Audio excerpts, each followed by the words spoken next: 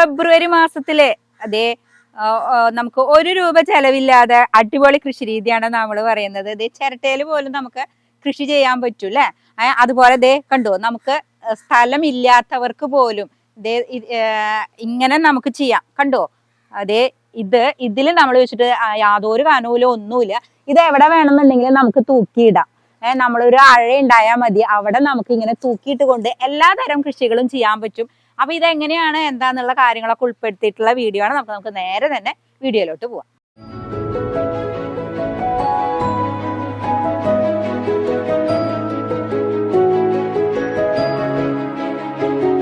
ഫെബ്രുവരി മാസത്തില് ചെയ്യണ കൃഷികള് അതിന് കുറച്ച് വ്യത്യാസം കാര്യങ്ങളുണ്ട്, അതിന് കുറച്ച് ഒരുക്കങ്ങളൊക്കെ നടത്താനുണ്ട്. അപ്പൊ അതെന്തൊക്കെയാണ് എന്നുള്ളത് നമുക്ക് പെട്ടെന്ന് തന്നെ നോക്കിയിട്ട് വരാം അല്ലേ. അപ്പോ കുറച്ച് അടിപൊളി സംഭവങ്ങളായിട്ടാണ് നമ്മൾ ഫെബ്രുവരിയിൽ കൃഷിക്കായിട്ട് വന്നിരിക്കുന്നത്. ഇത് കണ്ടു, നമ്മള് ചിരട്ടയിലാണ് കൃഷി ചെയ്തിരിക്കുന്നത്. കണ്ടോ ദേ, ഇതിന്റെ വേരൊക്കെ ദേ പുറത്തേക്ക് വന്നിട്ടുണ്ട്. കണ്ടോ ദേ, നമ്മള് ഇങ്ങനെ പൊത്തുള്ള ആ ചിരട്ട ഉണ്ടല്ലോ, അതെടുത്തിട്ട് ദേ ഇതിലാണ് നട്ടിരിക്കണേന്ന് മാത്രമല്ല അതേ ഇതില് മുളകൊക്കെ വന്നിട്ടുണ്ട് അല്ലേ. അപ്പൊ ഈ ഫെബ്രുവരി മാസത്തിൽ നമുക്ക് അധികം വളങ്ങളും പിന്നെ അത് നടാനായിട്ടുള്ള പ്രത്യേക പാത്രം ഒന്നും വേണ്ട. ഇനി 1 പൈസ പോലും ചെലവില്ലാത്ത രീതിയിലാണ് നമ്മൾ ഫെബ്രുവരി കൃഷി ചെയ്യണത്. ഇതേ അടുത്ത ഒരു സംഭവം എന്ന് പറയണത് ഇതേ നമ്മൾ വേസ്റ്റ് ആക്കി കളയണ നമ്മുടെ തെങ്ങിന്റെ ഓല. അതെ, അപ്പൊ ഇതേ നമ്മുടെ തെങ്ങിന്റെ ഓലയിലാണ് നമ്മൾ ഇതേ ചീര നട്ടിരിക്കണത്. കണ്ടോ, സാധാ പച്ചച്ചീരയുണ്ട്, സുന്ദരി ചീരയുണ്ട്. അപ്പൊ ഇതൊക്കെ നടാനായിട്ട് നമുക്കിതേ അങ്ങനെ ഇത് വളരെ ഈസി ആയിട്ട് നമുക്ക് പിടിക്കാം. ഇതില് കൊണ്ടുപോകും, അത്ര വളങ്ങളോ കാര്യങ്ങളോ ഇല്ല, എന്നാലോ ഇത് തെങ്ങിന്റെ ഓലയാണ് അല്ലേ. അപ്പൊ ഈ മാസത്തെ കൃഷി എന്ന് പറയണത് നമുക്ക് 1 രൂപ പോലും ചെലവില്ലാത്തതാണ്. ഇതേ നമുക്ക് സ്ഥല സൗകര്യം കുറവ് മതി. ഇങ്ങനെ നമ്മുടെ വല്ല അഴയൊക്കെ ഉണ്ടെന്നുണ്ടെങ്കിൽ അവിടെ ഇത് ഞാത്തിയിട്ടാൽ മതി, നമുക്ക് ഈസി ആയിട്ട് ഇത് ചീര മാത്രമല്ല എല്ലാ തരം കൃഷികളും നമുക്ക് ചെയ്യാൻ പറ്റും. ഇപ്പൊ ഇതില് കണ്ടോ, ഈ പച്ചച്ചീരയും അതേപോലെ സുന്ദരി ചീരയും ഉണ്ട്. ഇനി നമ്മളുടെ ധാന്യച്ചീര വിത്തിനാക്കിയിട്ട് നിർത്തിയിട്ടുള്ളതാണ് കേട്ടോ. കണ്ടുവാ, ഇതാണ് ധാന്യച്ചീര. ഒത്തിരി ഔഷധ ഗുണമുള്ളതാണ്. അതിന് പ്രത്യേക ഒരു പരിചരണോ കാര്യങ്ങളോ ഒന്നും വേണ്ട. കണ്ടു കഴിഞ്ഞാൽ നമ്മുടെ ആ കോഴിമാലം പൂ പോലെയൊക്കെ ഇരിക്കും അല്ലെ, നല്ല ഭംഗിയായിട്ട് പോലെ. ഇങ്ങനെയല്ല കേട്ടോ ശരിക്കും ഇത് സാധാരണ ചീര പോലെ തന്നെയാവും. ഇതിൽ ചെറുതായിട്ട് ഈ പൂവ് വരുന്ന സമയത്ത് നമ്മൾ കട്ട് ചെയ്ത് നമ്മൾ ഉപയോഗിക്കുക. ഒത്തിരി ഔഷധ ഗുണം ഉണ്ടെന്ന് മാത്രമല്ല അടിപൊളി ടേസ്റ്റാ. ഇതിപ്പോ ഞാൻ നിങ്ങൾക്ക് വിത്തിനായിട്ട് നിർത്തിയിരിക്കുന്നതാണ്. തീർച്ചയായിട്ടും നിങ്ങൾക്ക് ഇത് നമ്മൾ അയച്ചു തരുന്നതായിരിക്കും കേട്ടോ. അതുപോലെ ഒത്തിരി വെറൈറ്റി സംഭവങ്ങളുണ്ട്. അതുപോലെ തന്നെ നമ്മുടെ സ്പെഷ്യൽ പയറാണിത്.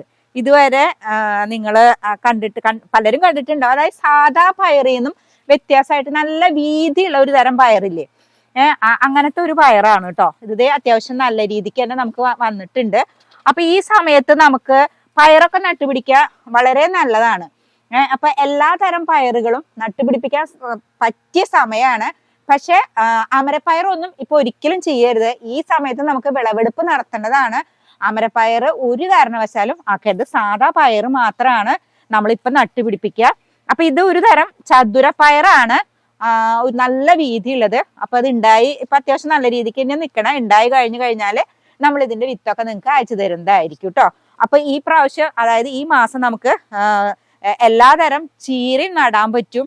അപ്പൊ ചീര വിത്ത് നിങ്ങൾക്ക് ആവശ്യമുള്ളത് തരാം. അതുപോലെ തന്നെ നിങ്ങൾക്ക് പയറും നല്ല രീതിക്ക് തന്നെ കൃഷി ചെയ്യാനായിട്ട് പറ്റും. പിന്നെ നിങ്ങളിപ്പോ എല്ലാവരും ക്യാബേജ്, കോളിഫ്ലവർ ഒക്കെ കൃഷി ചെയ്തിട്ടുണ്ടാവും. എല്ലാവർക്കും ഇത് ഉണ്ടായി തുടങ്ങിയിട്ടുണ്ടാവും. നമുക്കും അതെ ആയി തുടങ്ങിയിട്ടുണ്ട്. ഒത്തിരി പേർക്ക് ഒരു പരാതി പറഞ്ഞത് എന്താന്ന് വെച്ചാല് ചൂട് കൊണ്ടിട്ട് വെയിൽ കാരണം ഇത് വാടി പോകുന്നു, ആ ചൂട് സഹിക്കാൻ പറ്റുന്നില്ലാണ്. അപ്പൊ നമുക്ക് അവിടെ അങ്ങനെ വലിയ പ്രശ്നമില്ല, കാരണം ഒരു ഭാഗത്തു നിന്നുള്ള ചൂട് മാത്രമേ നമുക്ക് കിട്ടുള്ളൂ. അപ്പൊ നിങ്ങൾ ചെയ്യേണ്ടത് എന്താന്ന് വെച്ചാല് ഈ നമ്മുടെ വീടിന്റെ സൺഷെയ്ഡ് ഉണ്ടല്ലോ, അതിന്റെ ചോട്ടിൽ കൊണ്ടുവയ്ക്കാം. അപ്പൊ അതിന്റെ ചോട്ടിൽ കൊണ്ടുവയ്ക്കണ സമയത്ത് ഒരു ഭാഗത്തു നിന്നുള്ള വെയിൽ മാത്രമാണ് അതിന് കൊള്ളുക. പിന്നെ പറ്റുന്ന ഒരു കാര്യം, നമ്മൾ പച്ചനെറ്റ് ഉണ്ടെന്നുണ്ടെങ്കിൽ വലിച്ചു കെട്ടിക്കൊടുക്കാം. പച്ചനെറ്റ് കെട്ടിക്കൊടുക്കുന്നത് വളരെ നല്ലതാ. അപ്പൊ ചെറിയ രീതിയിലാണ് വെയിൽ കിട്ടുള്ളൂ. ഇനിയിപ്പോ പച്ചനെറ്റും ഇല്ല, ഇങ്ങനെ അങ്ങോട്ട് ഇങ്ങോട്ട് മാറ്റി വെക്കാൻ പറ്റില്ല, ഗ്രോ ബാഗിലല്ല, നിങ്ങൾ നിലത്താ വെച്ചിരിക്കണേ വെച്ചാല് സിമ്പിളായിട്ട് ഞാനൊരു കാര്യം പറയാം. അവിടെ നിങ്ങൾ 4 കാലടിച്ചിട്ട് നിങ്ങളുടെ പഴയ ഷാളോ മുണ്ടോ സാരിയോ എന്തെങ്കിലും ഉണ്ടാവൂലോ, അതൊന്ന് വലിച്ചു കെട്ടി കൊടുക്കാം. അതിനൊരു ചെറിയൊരു മറ വരണം. നല്ല വെയിലുള്ള സമയത്ത് അതിന് നേരിട്ട് വെയിലടിക്കാത്ത രീതിയിൽ അങ്ങനെ ചെയ്ത് കഴിഞ്ഞാൽ ഇതിന് ഒരു പ്രശ്നവും വരില്ല കേട്ടോ. ഇപ്പൊ എല്ലാവർക്കും അതെ, ഇപ്പൊ കുറെ പേര് കട്ട് ചെയ്ത് തുടങ്ങിയിട്ട് നമ്മള് 1-2 പറിച്ചു, നമ്മുടെ ഇതേ ആയി വരുന്നുണ്ട്. അപ്പൊ എല്ലാവർക്കും ഇങ്ങനെ തന്നെ ആയിരിക്കും വിചാരിക്കണു. ഇനി ഈ സമയത്ത് ആരും കാബേജും കോളിഫ്ലവറും ഒന്നും കൃഷി ചെയ്യരുത്. ഇപ്പൊ നമുക്ക് പറിക്കേണ്ട ഒരു സമയമാണ്. നമ്മൾ ആ സെപ്റ്റംബർ ഒക്ടോബർ മാസത്തിലാണ് നടേണ്ടതായിരുന്നത്. അങ്ങനെ നട്ടു കഴിഞ്ഞാൽ നിങ്ങൾക്ക് ഇങ്ങനെയുള്ള ഒരു ബുദ്ധിമുട്ട് ഉണ്ടാവില്ല. അടുത്ത പ്രാവശ്യം തീർച്ചയായിട്ടും നിങ്ങൾ സെപ്റ്റംബറിൽ തന്നെ എല്ലാവരും നട്ടുപിടിപ്പിക്കണം കേട്ടോ. അപ്പൊ ഡിസംബർ അവസാനത്തിലും ജനുവരി ആദ്യത്തിലും കൂടെ നമുക്ക് വിളവെടുപ്പ് നടത്താൻ പറ്റും. അപ്പൊ ഈ ചൂടിന്റെ പ്രശ്നമൊന്നും ഉണ്ടാവില്ല. പിന്നെ നമ്മളിപ്പോ ചീര പറഞ്ഞു, കാബേജ്, കോളിഫ്ലവർ, പയറ്, ഇതൊക്കെ നമുക്ക് ചെയ്യാൻ പറ്റും എന്ന് പറഞ്ഞു. ഇനി നമുക്ക് പറ്റുന്നതാണ് തക്കാളി അല്ലെ. നമ്മള് ഒരു സെക്ഷൻ തക്കാളി അവിടെ ആക്കി എന്താ പറയുക വിളവെടുപ്പൊക്കെ കഴിയാറായിട്ട് നിൽക്കുന്നുണ്ട്. അടുത്ത ബാച്ചാണ് ഇത് കേട്ടോ. അപ്പൊ ഇതിൽ നമുക്കിതേ ചിത്രകീടത്തിന്റെ ഉപദ്രവം വരുന്നുണ്ട്. നമുക്ക് പനി പിടിച്ചിട്ട് കുറച്ച് ദിവസം ഇവിടേക്ക് നോക്കാനേ പറ്റിയില്ല. അപ്പൊ വന്നതാണ്. അപ്പൊ ചിത്രകീടത്തിന്റെ ഉപദ്രവം വന്നു കഴിഞ്ഞാൽ നമ്മള് നീം ഓയിലാണ് കൊടുക്കേണ്ടത്. നമ്മളിപ്പോ ഇന്ന് നീം ഓയിൽ കൊടുത്തിട്ടുണ്ട്. അപ്പൊ നമ്മള് ഇത് കേട് വന്ന ഇലകളൊക്കെ പറിച്ച് മാറ്റി കളയണം. എനിക്ക് അതിന് പറ്റിയിട്ടില്ല, കാരണം ഒരുവിധം എല്ലാ ഇലകൾക്കും ഇതുമ്പോൾ നല്ല കേടുണ്ട്. അപ്പൊ ഇത് വരണതിന്റെ കാരണം എന്താന്ന് വെച്ചാൽ ഇതില് കീടങ്ങൾ വന്നിട്ട് ഇതിന്റെ ഹരിതകമൊക്കെ തിന്നിട്ടാണ് ഈ പ്രശ്നം വരുന്നത്. അപ്പൊ നമ്മൾ എന്ത് ചെയ്യണം എന്ന് വെച്ചാല് ഇതൊക്കെ പറിച്ച് നമ്മൾ നശിപ്പിച്ച് കളയുക. എന്നിട്ട് നല്ല രീതിക്ക് തന്നെ നീം ഓയിൽ കൊടുക്കുക, പിന്നെ ബിവേറിയ കൊടുക്കുക. ബിവേറിയ കൊടുത്താലും പെട്ടെന്ന് റിസൾട്ട് കിട്ടും. അപ്പൊ നമ്മൾ ഇന്ന് നീം ഓയിലാണ് കൊടുത്തിരിക്കണേ. 2 ദിവസം കഴിഞ്ഞതിന് ശേഷം നമ്മൾ ബിവേറിയ കൊടുക്കാന്ന് വെച്ചിട്ടുണ്ട്. അപ്പൊ ഇതൊക്കെ കൊടുത്തു കഴിഞ്ഞാല് ഇതിന്റെ ഈ പ്രശ്നമൊക്കെ മാറും. വേറെ കുഴപ്പമൊന്നുമില്ല, ഇതിന് നല്ല വളർച്ചയും കാര്യങ്ങളൊക്കെ ഉണ്ട്. ഇത് വേറെ ഇതൊന്നുമില്ല. പിന്നെ അതിന്റെ കൂട്ടത്തിൽ തന്നെ നമ്മള് പുതിന നട്ടായിരുന്നു.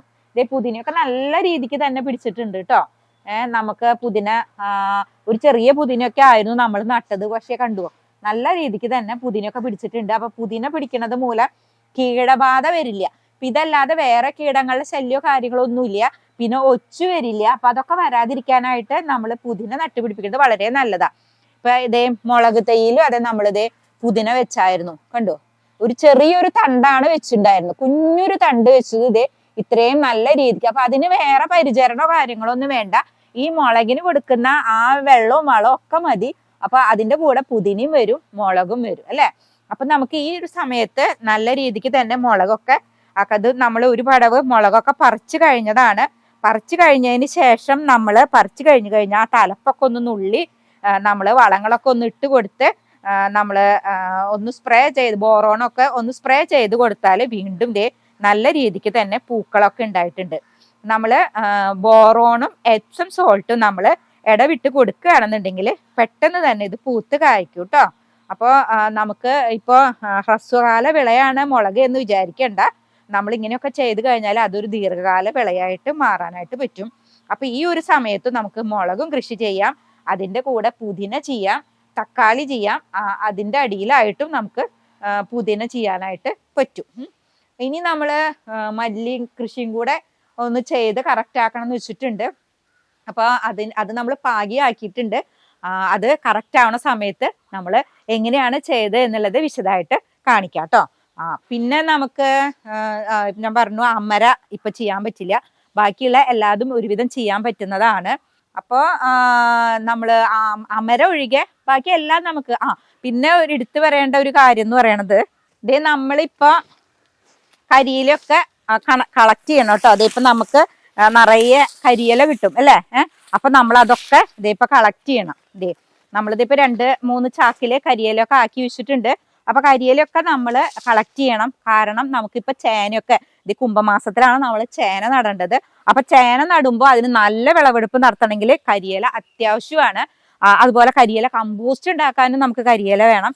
അപ്പൊ നമ്മളിപ്പോ എല്ലാവരും കരിയില തീർച്ചയായിട്ടും കളക്ട് ചെയ്ത് വെക്കണം. അപ്പൊ എത്രമാത്രം നമുക്ക് കിട്ടണു അത്രയും. അതുപോലെ വാഴയുടെ കയ്യ് അതൊക്കെ നമുക്ക് ഇതേപോലെ സൂക്ഷിക്കാനായിട്ട് പറ്റും. അപ്പൊ എല്ലാവരും അത് ചെയ്യുക. അപ്പൊ ഇപ്പൊ ഈ ഈ ഫെബ്രുവരി മാസത്തിൽ നമ്മൾ ഇത് ചെയ്യേണ്ടതാണ് കേട്ടോ. പിന്നെ അതുപോലെ തന്നെ മഞ്ഞൾ ഇഞ്ചിയൊക്കെ എല്ലാവരും വിളവെടുപ്പ് നടത്തിയിട്ടുണ്ടാവും. അതുപോലെ മഞ്ഞള് നിങ്ങളിപ്പോൾ ചെത്തി ഉണക്കി കറക്റ്റ് ആയിട്ടുണ്ടാവും എന്നറിയാം. അപ്പൊ നമ്മൾ പച്ചയ്ക്ക് തന്നെ മഞ്ഞള് ചെത്തി ഉണക്കി കറക്റ്റ് ആക്കുക. കാരണം എന്താന്ന് വെച്ചാൽ അത് കുറുക്കുമ്പോൾ നഷ്ടപ്പെടില്ല. അപ്പൊ അതെങ്ങനെയാന്നുള്ളത് എല്ലാവർക്കും അറിയാത്തവർക്കായിട്ട് നമ്മൾ ആ വീഡിയോ ഡിസ്ക്രിപ്ഷനിൽ ഇടാം കേട്ടോ. അപ്പൊ അത് കണ്ടു കഴിഞ്ഞാല് പച്ചയ്ക്ക് തന്നെ മഞ്ഞൾ ചെത്തി ഉണക്കി സൂക്ഷിക്കുന്നത് നിങ്ങൾക്ക് മനസ്സിലാക്കാനായിട്ട് പറ്റും. അപ്പോൾ ഇതുവരെ മഞ്ഞൾ കൃഷി ചെയ്യാത്തവരാണെങ്കിൽ ഈ പ്രാവശ്യം നിങ്ങൾ മഞ്ഞൾ കൃഷി നിർബന്ധമായും ചെയ്യണം. ഇനിയിപ്പോൾ അതിനുള്ള വിത്ത് കിട്ടിയില്ലെങ്കിൽ പോലും നമ്മൾ ഫ്രീ ആയിട്ട് തരുന്നതായിരിക്കും. പക്ഷെ എല്ലാവരും മഞ്ഞൾ കൃഷി ചെയ്യണം കേട്ടോ. മഞ്ഞൾ കൃഷി ചെയ്തവർ ഇപ്പോൾ പറിച്ചു കഴിഞ്ഞിട്ടുണ്ടാവും വിചാരിക്കണം. പറിക്കാത്തവർ തീർച്ചയായിട്ടും പറിക്കുക. എന്നിട്ട് അതൊക്കെ ഉണക്കി ശരിയായ രീതിയിൽ സൂക്ഷിച്ച് കറക്റ്റ് ആക്കുക. അതുപോലെ തന്നെ ഉണ്ടല്ലോ നല്ലൊരു അടിപൊളി ടിപ്പ് ഞാൻ പറയാം. ഇപ്പൊ എല്ലാവർക്കും ഇമ്മ്യൂണിറ്റി പവർ കുറവ്, അതുപോലെ അലർജി, തുമ്മൽ ഇതൊക്കെ ഉണ്ടല്ലോ അല്ലെ. അതിന് നല്ല അടിപൊളി ഒരു സൂത്രമാണ്. ഇപ്പൊ എല്ലാവരും പച്ചമഞ്ഞൾ പറിച്ചിട്ടുണ്ടാവും അല്ലെ. അത് കഴുകിയിട്ട് ചെറുതായിട്ട് ഒന്ന് വാട്ടുക, വെയിലത്തിട്ടിട്ട് ഒന്ന് ഉണക്കിയിട്ട് അതിന്റെ വെള്ളം ഒന്ന് ചെറുതായിട്ട് വറ്റിയതിന് ശേഷം നമ്മൾ തേനിലിട്ട് വെക്കുക. 21 ദിവസം കഴിഞ്ഞിട്ട് നമ്മൾ ആ വെറും വയറ്റിൽ ആ തേനെടുത്ത് കുടിച്ചു കഴിഞ്ഞാലുണ്ടല്ലോ ഈ അലർജി മൂലമുള്ള എല്ലാ പ്രശ്നത്തിനും പരിഹാരമാണ് കേട്ടോ. അപ്പൊ അതിന്റെ വിശദമായിട്ടുള്ള ഒരു വീഡിയോ നമ്മൾ അടുത്ത പ്രാവശ്യം ഞാൻ കാണിക്കാം. ഇതിന്റെ ഇടയിൽ നമ്മൾ തേനിലിട്ട് വെച്ചിട്ട് അതിന്റെ ഒരു കളറും അതൊക്കെ. അപ്പൊ ഇപ്പൊ എല്ലാവരും മഞ്ഞൾ കുറച്ച് മതി, മഞ്ഞൾപ്പൊടി വേണ്ട, മഞ്ഞള് നമ്മുടെ സാധാ നല്ല പറച്ച മഞ്ഞള് എടുത്ത് ഒന്ന് ഉണക്കാനായിട്ട് ശ്രമിക്കുക. എന്നിട്ട് നമുക്ക് എല്ലാവരും കൂടെ ഒന്നിച്ച് നമുക്ക് തേനിലൊക്കെ ഇട്ടിട്ട് കഴിച്ച് നമ്മുടെ ഇമ്മ്യൂണിറ്റി പവറൊക്കെ വർദ്ധിപ്പിക്കണം. നമുക്ക് കൃഷി ചെയ്യാനുള്ള ഉഷാറും കാര്യങ്ങളൊക്കെ വരണം. അപ്പോൾ ഫെബ്രുവരി മാസത്തെ കൃഷി രീതി കാര്യങ്ങൾ നമ്മൾ എന്തൊക്കെ സൂക്ഷിച്ചു വെക്കണം, പുതിയ രീതി, അതായത് നമ്മൾ ഇപ്പൊ പറഞ്ഞു ചെലവ് കുറവുള്ള രീതി കാര്യങ്ങളൊക്കെ അല്ലേ. അപ്പൊ അതൊക്കെ നമ്മൾ പറഞ്ഞു കഴിഞ്ഞു. അപ്പൊ തീർച്ചയായിട്ടും ഇപ്പൊ നിങ്ങൾക്ക് സ്ഥല സൗകര്യം ഇല്ല, അല്ലെങ്കിൽ മണ്ണില്ല, അല്ലാന്നുണ്ടെങ്കിൽ എന്തെങ്കിലും വേറെ ഇതൊന്നും പറയരുത്. ഇനി എല്ലാവർക്കും വളരെ ഈസി ആയിട്ട് കൃഷി ചെയ്യാൻ പറ്റും. അപ്പൊ അതിനായിട്ട് ഞാൻ നിങ്ങളുടെ കൂടെ തന്നെയുണ്ട്. അപ്പൊ നമുക്ക് പുതിയൊരു വീഡിയോ ആയിട്ട് വീണ്ടും കാണാം.